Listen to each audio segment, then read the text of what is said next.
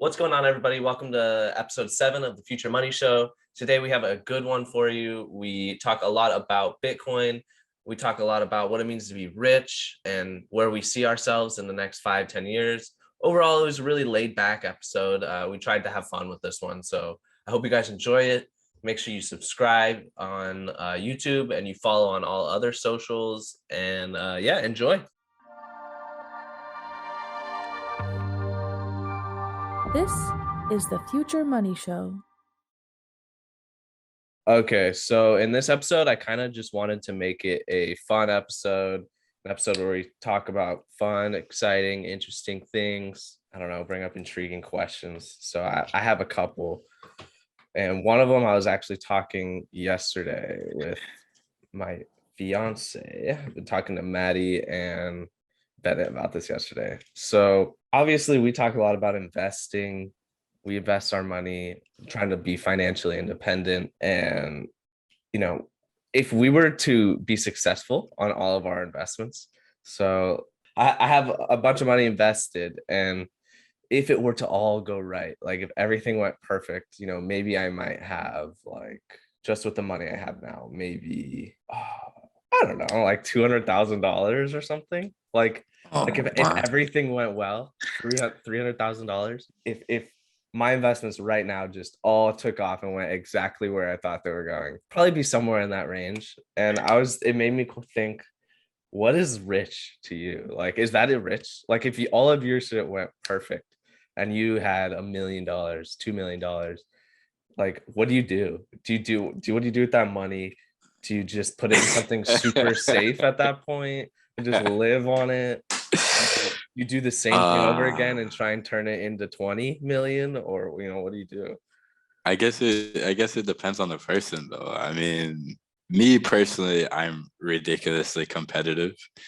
So like I can't just sit and be stagnant personally. Like, yes, if just say if I were to make like $1 million or 5 million or 10 million or whatever, I definitely stake a good amount of money just to be safe. Like I get me some passive income. Probably buy some mining rigs so I could get some coin. But yeah, bro, I'd probably take 30% of that and be a risk taker for sure. Would you spend any of it? Would you go buy, like, what would be the one thing that you bought? Me, I don't know. I have a couple of things I'd want to buy. See, like my dad was telling me, like, if you come into like money, obviously, like a substantial amount of money, you need to blow some of it. Not all of it, obviously, but you need to, like, a lot, like a percentage that's your FU money. Like, you just have fun. You just have fun with it, because then at least you've gotten that out of your system. So whatever you have left, you'll be able to, budget and do it proper at least. So what would you buy? I don't know. There's been a car that I've been wanting for like years. I'd probably buy that. So that would just be my gift. That'd be my gift to myself. It's not so much like, I'm just gonna buy a car because I have money. And like, no, it's a specific car, and it's something I've been wanting since I was a lot younger. So like for me, that would be like my gift to myself. Yeah, Bennett's was cars. He said that he would spend a bunch on cars. I wouldn't spend a lot on cars. I just get a Tesla and call it a day. That'd be fine. You're boring. I get like a $40,000 Tesla and be so happy. 40,000 out of your 300,000. Out of I guess that's a lot. That's too much. You balling. That's too much. I'd finance it. I don't know. Mine would definitely not be cars. One of mine would be food for sure. Dude, I would eat the best food. I would spend so much on food. Do you know where I would go? Where? I would go straight to Riptides. Yes. I'd eat Riptides multiple nights. I'd be so fat if I was rich. Oh. I think I could spend $10,000 a month on food. Not gonna lie. If like everything were to go well and we were to be successful, like with this channel or like with our investments and stuff like that, I'd probably hire a private chef. Oh yeah, for sure. Like I'm a good cook. Don't get me wrong. I am a really good cook, and you're a really good cook as well. But I hate cooking. Cooking. I love cooking. No, Cooking. I like it, but it's one thing to cook like occasionally, and it's one thing to cook every day. That's So true. it's like, It does and become a I like, chore. no, for sure. And if I'm gonna cook, I'm gonna do it right. I'm not gonna like just make like crappy dishes. I'm gonna cook it right. I'm gonna call my mom or my dad and be like, "Yo, what can I add to this to make it fire?" So Yeah. it's like, and it takes time. Like, bro. So I'm like, you know where I'm from and stuff like that. So I like made some rice and beans the other day, like island style, and it took me so long to make because I had to do everything from scratch. And I was like, when I was done with this, I'm like, I'm not doing this shit again. Yeah. And then I did it 2 days later. You eat a lot of fish, huh? Oh no, you did eat a lot of fish. Yeah, I used to eat a lot of fish. I'm not gonna lie. The only fish I really eat is halibut. Bro, you need to come out to the islands, bro. It's just, So when we get rich, we'll just buy our own. It's okay. yeah, true. So what is rich to you? How much money, if you had, would you be like, damn, I'm balling? I would say 20 times traditional salary. So I don't know what the average salary would be for like an administrator. Probably like 50 grand a year, maybe. So That's what I was gonna say, 50. So what is that? Is that $1 so million? I guess, yeah. Yeah. If I had 20 times a yearly salary, I would consider myself rich. The reason being, because in my head, I know I'm gonna take half of it and put it somewhere safe because that's a 10-year plan that I have as a backup. And I'm gonna stake that, you know what I mean? That's So staking half of that at whatever 20%, like I'm getting that back every single year. If I'm getting 20% of a million every year, like I'm not complaining. you're Like, you right. know what I Yeah. mean? And then the other half, that would be like, okay, how far can I take this? Can I turn this into generational wealth? You know Hmm. what I mean? Like I'm not like a super flashy guy, so I mean, like I can live within or below my means. Honestly, like I'm pretty chilled. I'm a homebody anyways. So, like Yeah. for me, I probably have like a really nice like cozy house and a Mhm. sick like office setup, but like I wouldn't really spend too much of it. So that would be good for me. 20 times my yearly salary, and I'm Jeez. out of there. I don't know. $1 million is a lot of money, but I don't know. I definitely wouldn't feel like I'm balling at $1 million. And The what does thing a is, million dollars even mean? Does that mean you have a million cash, or does it mean just it's everything true. you have is worth a million? Because Well, we're most talking people I've heard investments. say, yeah, like if you're So talking investments, most people would say once the first time they became a millionaire, it didn't feel like anything like well, because it just happens. You don't actually have any extra cash. It's just like, Well, the thing is, like, I know there's a saying, and I said it like literally, like right. That's just then. It says that you live to your means. So obviously, the more money you have, the nicer of a lifestyle you live. But it also depends on the person. Like I know, like, all right, both of us, we're people that get content very easily. Like it doesn't take much to keep me happy. It doesn't take much to keep you happy. You know mhm, what I mean? Like I don't need anything like super flashy for me to like just be happy and chilled. yeah. Like PlayStation and a TV, and I'm good. I still need a PlayStation, bro. I like was talking like about that like I'm yesterday. good. Like PlayStation and TV, and I'm chilling. So it's like for me, a lot of people will look and say $1 million isn't that much. Like if you live in California, like especially like around like like OC and stuff like that, yeah, of course $1 million isn't that much. That's I mean, if like, you own a house, you're a millionaire here. yeah, pretty much. And like I was at San Fran, if you make less than six figures a year, you're considered poor. Like, but if you go and live in Texas, go and live in Arizona, go and live like elsewhere, like you're balling. Literally, if I had Hmm. $1 million, I could do so much with it. But I guess the better thing to say is if you put $1 million in the right hands, that's a better way to put it. Because Give me if you give $1 million to someone that wouldn't know what to do with it, of course they're gonna say, okay, it's not that much money because they'll probably blow through it very quickly. But if yeah, you put it in someone's hands that has a plan, like they can turn that $1 million into a lot of money. yeah. Like even just the passive income aspect of it. What was 20% of a million? 200,000. Yeah. If you're making 200,000 a year just in passive income alone, your $1 million is still there. You technically make 1.2. So Right. it's like, can you not live off of $200,000 a year? I think a lot of people who specifically don't invest, but who also just don't manage their money very well, which is most people.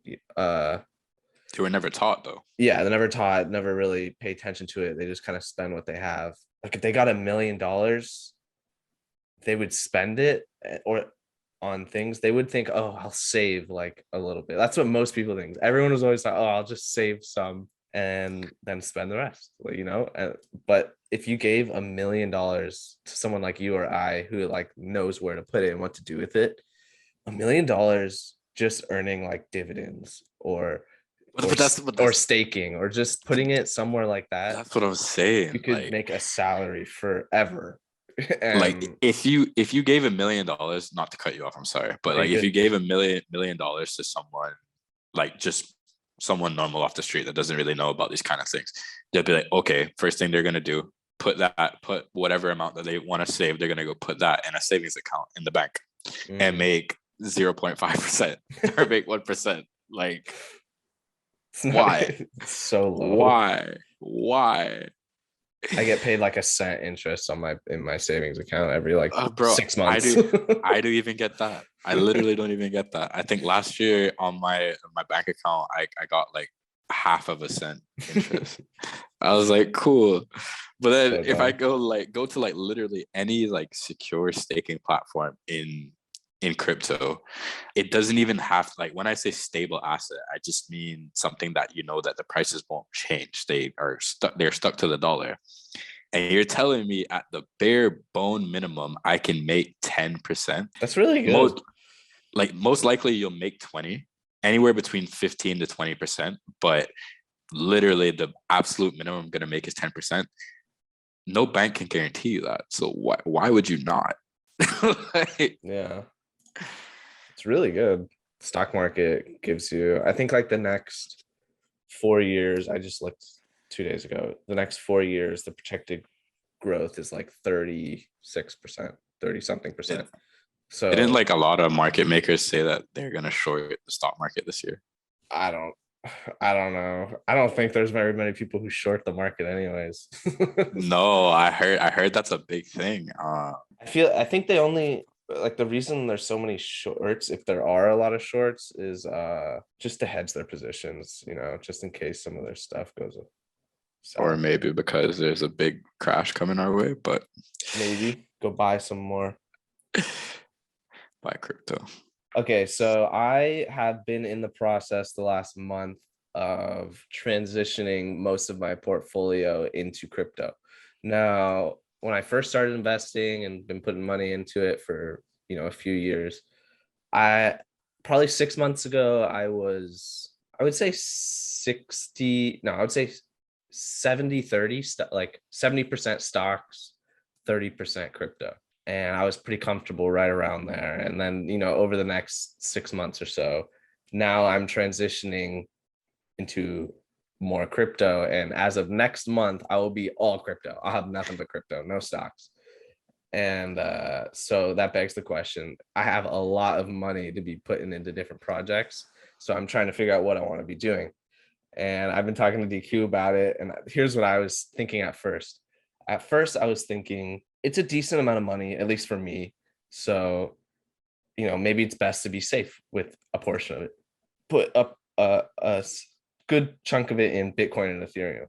And absolutely not. And this guy was like, Bitcoin is bad. Don't buy Bitcoin. Ethereum's okay. Why would you?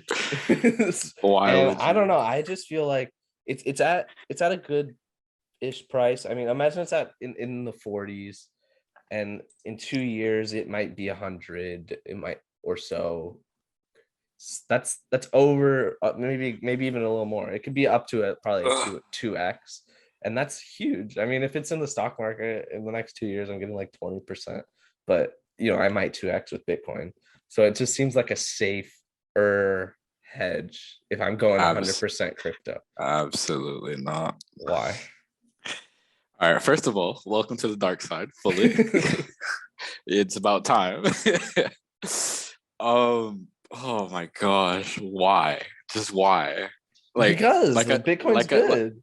no, it's not. Like I said in our previous podcast, Bitcoin is very good for one purpose and one purpose alone. It is good for branding of the space because that's what everyone associates the cryptocurrency space with. Now, if you're not buying at least one full Bitcoin, there's no point. That's like if you're buying Why? partial share, because are you going to buy partial shares in the stock market? No, it's kind of pointless because it's like, I okay, mean, you cool. do. Like, I'm not. I would buy it. You could. Like, you don't have to buy a full Amazon share. You know, it's like No, you $3,000. don't. But you can find something that's going to get like the point of you getting involved in crypto is to give you the highest return on investment. That's the point. So buying Bitcoin at 42,000 right now when it hasn't even complete its full retracement is not worth the buy. So if Bitcoin is subject to 51% retracements, right? Just Mhm. right. It Yeah. hasn't even done that yet. It's done 43%, right? And you have within the Bitcoin chart during bull runs, you have retracements in Bitcoin. It's just part of what happens. But when it actually goes into its bear market, it needs to go below 37,500. It needs to go below there. It And it hasn't did, even didn't done it? that yet. No, it hasn't. It went down to not even 38, it went down to 39 and change. And it rebounded out of 39. So if it did break that, like sure, but Bitcoin is gonna go back down to the 20s, in my opinion, in the bear market. So I would at least wait until there before I were to even entertain buying it. But why would I spend the money to put into Bitcoin when I could put it into other assets that I know that are down from their all-time highs and will give me minimum 3 to 5x that you will not get out of Bitcoin? Like, it Yeah. doesn't make sense. And then Ethereum, sure, but Ethereum itself, like, how many times is dude gonna lie to us about when 2.0 is coming out? Like, it's been pushed back so many times. Like, Ethereum is a decent buy, but am I gonna buy it at this price? Hell no. I'll buy it when it hits 1700 for sure. 1,700. I was thinking maybe more like if it dropped under 3,000 or maybe 2,800 or so. All right, earlier this year, I I would actually do this. I might actually do this in another podcast. I'll screenshot what I sent in one of my group chats earlier last year, where they were like, "Oh, we'll never see Ethereum back at so and so price." And I literally called it. Like, I'm not a market guru, I'm not a financial advisor, but like, you the math is there, like it's there to see. So when I showed it to him, I set my buy orders. They're like, "Oh, you're crazy, it's never gonna hit," and sure enough it did. So for me, like, if I were to buy Bitcoin or if I were to buy Ethereum, I'm not buying it until the bear market hits. I would be putting my money in alts, in blue chip alts that are solid and that have good use cases, because I know that's where I'm going to make my money. I can name 5 off the top of my head right now that you should put your money in because they're all low and retrace from their all-time high and will give you that return on your investment. Then you can go buy your shitty Bitcoin if you want, because Dude, I I cannot would wait. not do I that. cannot wait till we've been doing this for like a year and we can then look back at all the things we said like a Like, year or two oh, later. By the way, I'm oh. looking at it right now. Bitcoin went down to 35K almost. Yeah, No, it didn't. It it wicked did. down there, but it didn't stay down there. The lowest Oh, it the didn't lowest it stay, you're went. right, but Yeah, it did the lowest it go. went down there. It just wicked. It's 39.6 is the lowest it went. I definitely feel like I'm gonna put the vast majority of it in like all coins that are heavily utility based. I'm not totally. I'm gonna buy Ethereum because I think it's just a good safe hedge. You know, it'll hold my value. It'll go up. I don't know. I'll dollar cost average in probably, A and good idea. yeah, because I could see Ethereum going a lot lower. So it's a dollar cost average in there. But I just want a big bag of Stellar See, and now you're making sense. I'm proud. See, now you're talking. Now you're I'm talking. not 100% decided if I'm gonna listen to you with the Bitcoin yet. I might buy some Bitcoin. I probably will buy some Uh, Bitcoin. all right. When you No, take I your probably L, won't buy Bitcoin. I don't when you know. take your L, let me know. When you take your L, let me know. It's just like I wouldn't. I wouldn't spend my money on a 2x. That's a waste of time. 2x is And, good. but it's not again. No, it's not. Not in crypto. 2x is terrible. And the thing is, it's not even guaranteed. Like there's no guarantee that Bitcoin is going to set a new high. So in order for you to make 2x, you need it to go back to its previous all-time high of where it's at right now.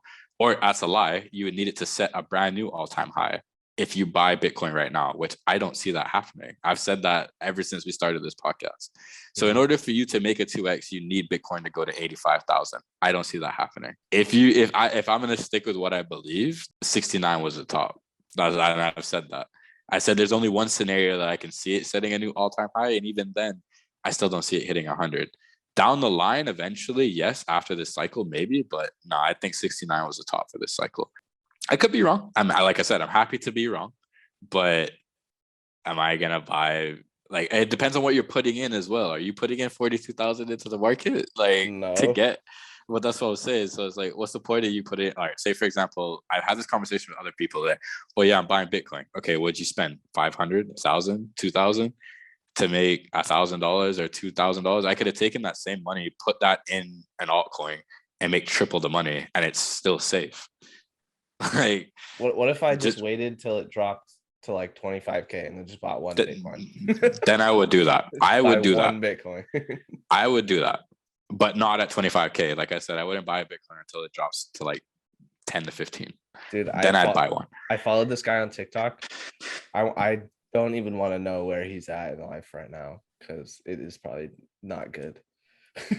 But he's this Asian guy, and I followed him on TikTok because he sold his house, sold everything he owned, like hundreds of thousands of dollars worth of stuff. It was maybe millions. I think it was around $1 million worth of stuff. It was everything he owned, and then heavily leveraged it and put it all in Bitcoin. Okay. What? Yeah. And so he was basically saying Bitcoin is it's going to the moon. I'm leveraging everything I have. I'm risking everything to get rich. And it was at like 60K on Bitcoin. Yeah. And he must have gotten all of his money taken away. You know what? Next podcast, I'm gonna look at his thing and I'm gonna see how he's doing. I bet you it's horrible. That's crazy. All right. Here's another reason why I say I would buy other coins, other blue chips over Bitcoin. Right? I'm just gonna show you the difference between growth in BTC and the other coins. So Ethereum, like you said, you'd buy Ethereum. So Bitcoin's growth since last bull run is 9,200%, right? So a 92x from where it was in 2016. Mm-hmm. Do you know what Ethereum's is? Is it more? It's got to be a lot more. It's 33,000. Oh, geez. So what is that, like 4x? It's more than what Bitcoin is. 3 to 4x. So you're talking 335x on your investment. Like it just makes more sense. And then so the alts are always going to give you more. Even some of the smaller alts that don't get as much as Bitcoin, like XRP is 13,000% from its previous. Yeah, bro, it just makes more sense. I'm definitely gonna be taking you up on your offer. I'm gonna be doing that. I'm excited. I want to get it all into here so I can see my money all super volatile, not like in stocks. Make sure you capitalize on your gains. Just like how you dollar cost your way in, dollar cost your way out. Yeah, I will. So I feel like it's really important to dollar cost your way out. Like we were talking about it just off camera. Dollar costing your way in, most people know is a good idea because you can't time the bottom or top, but on the way out also you can't time the bottom or top. So, you know, when you reach a good percentage that you gained on an investment, take your money out. Yeah. Make sure to do that. That's like the most important thing. Like to have a little bit of something is better than having 100% of nothing. Yeah. And that's what happens to a lot of people. They fall in love with uncapitalized gains and then they end up not cashing out. So like you got to set realistic targets for sure. Take your time and work out of the market. This is what I do. This is my golden rule. As soon as I hit maybe 3x my investment, I take my initial out. I know you should do it at 2x, but I do it at 3. So I have more play in the market. But if I hit a 3x, I always take my initials out. So that way I'm just playing with house money. If the investment goes bad, it's okay. I don't lose anything. Yeah. And at least I have my money back out. And if you repeat that process over and over and over again, you're going to end up with a significant amount of money over time. So earlier in the episode, we were talking about, if our investments went well, what's a lot of money? What's rich? Second follow-up question. What would you do with your life if money wasn't a factor? Play basketball. That's all I do. Yeah? You just play basketball? I just play basketball, bro. And fish. You like fishing, huh? I love fishing, bro. You just buy a boat, go fishing, play basketball. Yeah, bro. That's all I do. Just play basketball, go fishing. I probably do a lot of outdoor stuff, to be honest. Would you travel? Yeah, for sure. I think most of my time would probably be spent traveling. Yeah, I would probably travel to lots of different countries. I'd probably buy a house in any place that I kind of wanted to live at or stay. That'd be sick. Honestly, I wouldn't stop investing. If I had all the money in the world, it's fun. I like it. No, for sure. I mean, it wouldn't be the same because I feel like if you had all the money in the world, you wouldn't really have the same satisfaction from your money growing, like then if I see my money go from 50,000 to 500,000, I'm like so happy now. It's like life changing. But if I have $20 million and it goes up 50,000, I'm like, whatever. No, for sure. But yeah, I'd probably travel, have a family, have some kids, buy them a lot of stuff. I'd probably spoil the hell out of my kids. I'd probably do the same, but as long as they knew the value of money, for sure, that'd be like it doesn't matter. Nah, you're wild. Just buy it. Have to just buy everything for them. Trust fund babies. The stage babies are gonna be trust fund babies. Goodbye. This dude say trust fund babies. I'm dead. Dude, I hope that I'm rich enough to just give my kids a trust fund. Maybe I'll crypto fund. Okay, yeah, crypto fund. Maybe I'll just have an account for my kids. When my kids turn 18, I'll give them one Ledger Nano X. And it has one Bored Ape on it. Oh my gosh, this guy. And you can do what you want. Oh my. Do you imagine? Like when your kids turn 18, you're like, you tell them, you sit them down, you're like, when you were born, I bought a Bored Ape for you. Oh my god. Ledger Nano X. Bye. This is something I was thinking of yesterday. When I have kids, do you think our kids are going to be like lecturing us on crypto? I feel like they won't lecture us on crypto. They'll probably be lecturing us about whatever's trending or whatever is happening during their time.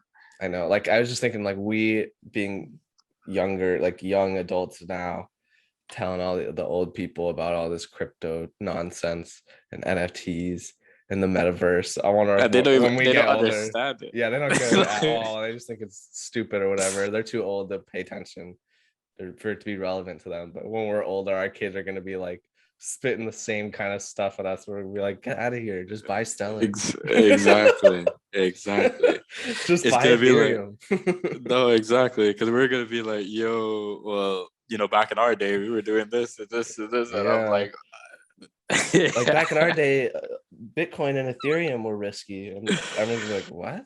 Oh my gosh. I just think it's going to be so weird when we have kids. For sure. Gary Vee, I see so much of him on my social media. He said something yesterday in a post that I saw.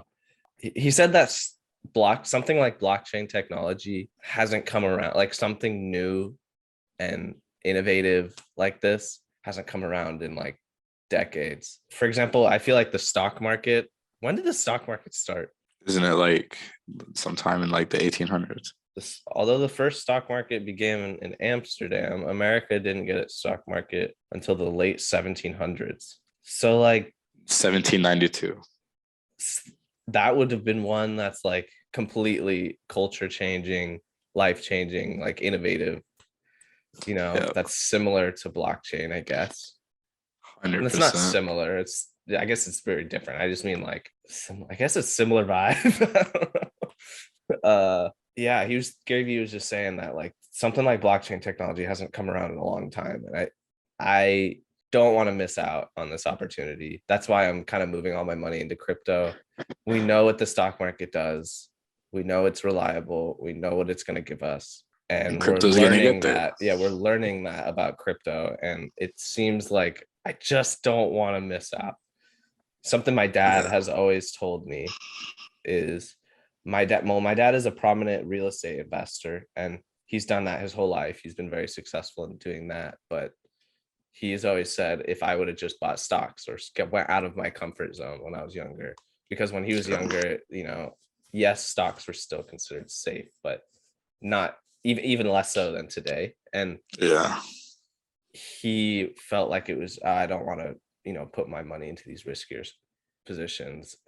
yeah. Um, and he didn't. And if he did all of the things that he would have, he would have been significantly more wealthy. And he's told me that's like probably his biggest financial regret in life is just For not buying sure. stocks. So I don't want to miss out on that position. So I'm just gonna hedge my bet and I'm gonna put everything I have in crypto. Oh, Because it's definitely. not enough money to where like if it all went to zero, my life would not be ruined. I would be okay and I'll figure it out. But if it doesn't go to zero and it goes where even slightly in the direction I think it's going, like it'll be worth a lot more money than if it's in the stock market. So I'm not missing my chance. No, definitely. I mean, he's done really well. There's not many people Yeah. that will do as well as him. So like it's Yeah, not he's that bad. done great. I It's mean, not he's that literally bad. killed real estate his whole life, but It's not that bad no for him. stocks. So I mean, yeah, it's crazy. Like to put it in perspective, He's built different though. So yeah, let's be honest here. I'm not gonna say who, but someone I know he's older. He's in his 70s. He basically is my dad and a different person, and he did buy stocks. He didn't actually buy stocks. He invested in real estate, and then his work, did like the matching your 401k thing, and basically said, here, we'll tell you what to invest in. And so they gave him a financial advisor, started investing in it, and just because he did that, I think they gave him he got an opportunity to invest in Monster like a long time ago. He didn't even know what it was, and just that one stock would have been worth. I think he invested. I forget how much he invested, but it wasn't that much money. It would have been worth like over 10 million bucks now, just the one position. Crazy. So Yeah. like just getting in on some of the stocks back if you're 70, 80 years old, when you were younger, if you get in on some of those stocks, you'd make a lot of money. Yeah, I bet. So yeah, I think crypto is that for us. Because Yes, sir. we don't get to be 20, in our 20s again. No, for sure. So Definitely not. So you we gotta only make get to put our decisions money in now. one place right now. Yeah, definitely. Hopefully, it'll be crazy. In this episode, we've talked a lot about money, about what it means to be rich, where we want to be in life. It's kind of a laid back episode. I want to stress the importance of money is not everything. And yes, we have a hobby. It's not just a hobby, money is very important in our world, and understanding it and learning how to manage it, invest and all that thing. It's great and it's fun and I enjoy it. But it's important to realize it's not everything, and that there are a lot more important things in life. We're all just trying to get by, and money at the end of the day, once you have it, it's not that, important. But when you don't have it, it's very important, and it's all you think about. So just, do your effort, work hard, try and make your money work for you, but don't stress yourself out too much. You'll get by. So that'll For be on. sure. Yeah, just piggybacking off of what Paul said, it's a tool.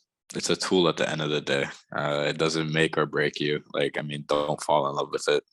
Use it for what it is. I mean, a lot of people say that it doesn't buy happiness. I disagree to an extent because money buys you time. It gives you the freedom to do what you want to do. But if you're only chasing money just for the purpose of money, then you've kind of lost the whole entire reason behind it. You're getting money so you can buy time to do the things that you want to do with your life and the things that you love to do. And as long as you don't lose sight of that, then you're good to go. Yeah. And don't let it change you either. Like, money changes a lot of people, and they kind of forget where they come from or where they started from. But once you can hold on to that mentality, remain somewhat humble, then I mean, you've done a good job. Yeah.